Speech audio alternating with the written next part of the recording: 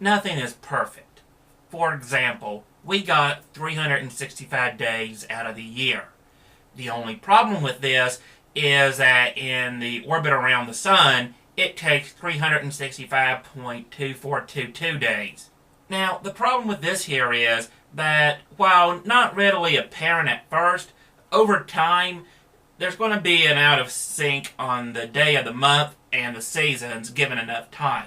So, to fix this, that's why there's a leap year once every 4 years to offset it. Now then, the thing with leap year is, and why it has such a short day, is mostly because of the ego of Roman emperors. What happened was Julius Caesar, where we get the month of July, didn't go and have 31 days. So he took a day from February. Well, when Augustus came along, where we get the month of August, he only had, his was only 29 days long, and so he took 2 days from February, and that's how February only has 28 days. So basically, February is the fallout guy on what's going on. So basically, to keep the calendars balanced, that's why we have a leap year every 4 years. Now, this is all well and good, but that's not why you clicked on the link of this video. The reason you clicked on this video is because you're wondering, well, how does any of this stuff make leap year sexist? And the short answer is, well, you remember where I said that nothing is perfect? Well, okay, go and take our modern day gender roles and reverse it. Guess what? Even if you reversed it, apparently that's still sexist. Again, nothing is perfect. However, here's what I'm getting at. In places like Ireland and Finland and where else, what's happened is gender norms are usually stood on its head. Women propose to men, and basically it's a spinster's holiday. Occasionally women are put on city councils. That's happened before, and it's a day where women are in charge, and yeah, everyone has a good time, a good laugh, and of course if a guy goes and refuses a woman's proposal, he has to give her either something like 12 pairs of gloves or fabric for a dress or whatever.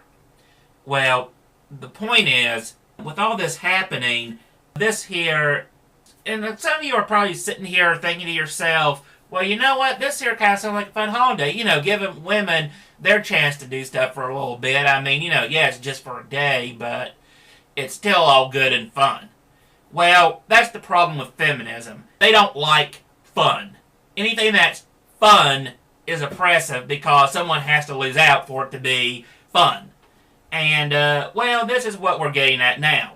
Turns out that in the feminist viewpoint, what these women are doing, this here is actually reinforcing stereotypes and not breaking them.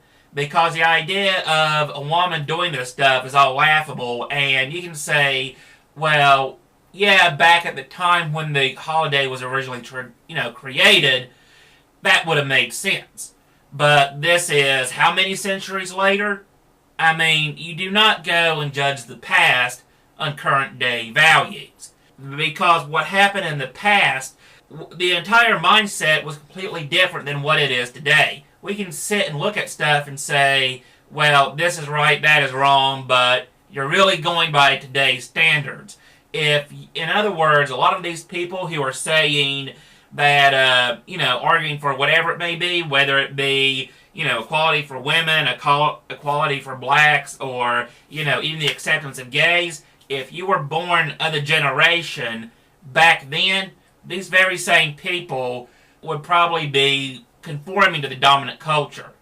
And it's kind of weird because, well, it's like, okay, are these opinions my own, or are these just the opinions given to me that I was told is correct, and therefore I'm going to go with what people are saying is correct?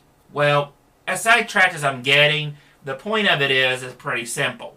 Basically, women do not really go and like it when genders are played straight or they're reversed or whatever else. Because what's going on is they actually believe that gender is a social construct, that the how a man and a woman acts is determined by society.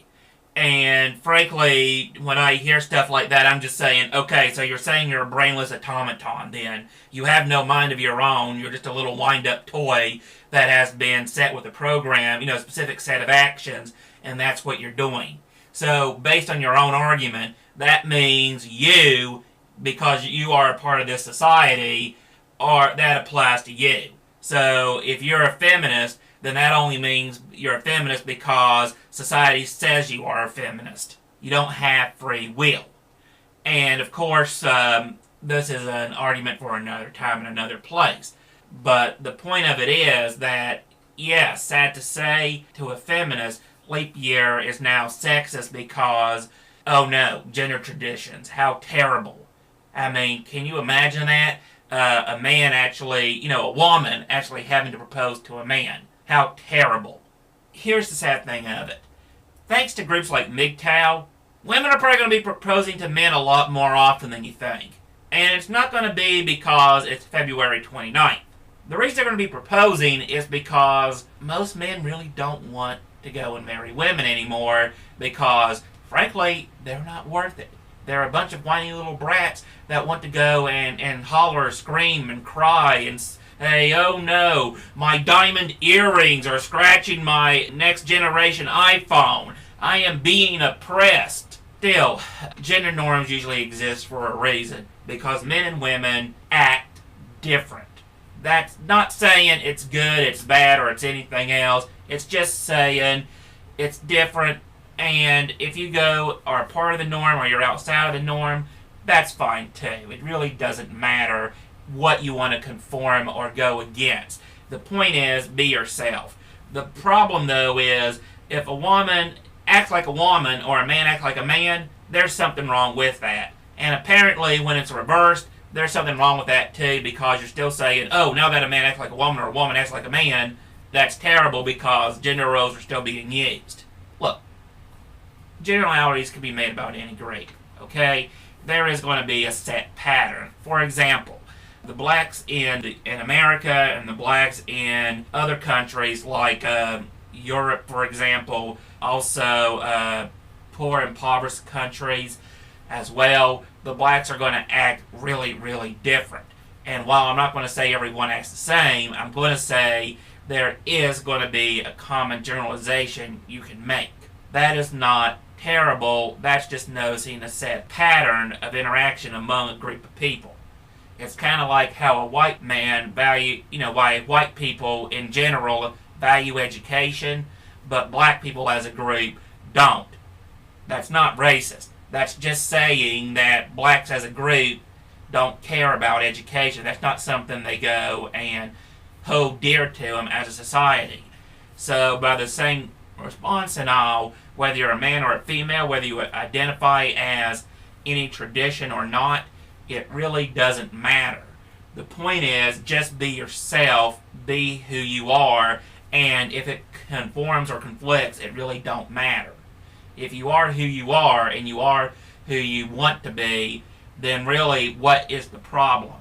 Then again, as Hope Anita Sarkeesian has already said, in her response to choice feminism, feminism is not about choice. It never has been. You need to go and dedicate your life to the cause. To me, that sounds like a cult, but I'm a guy, so what do I know?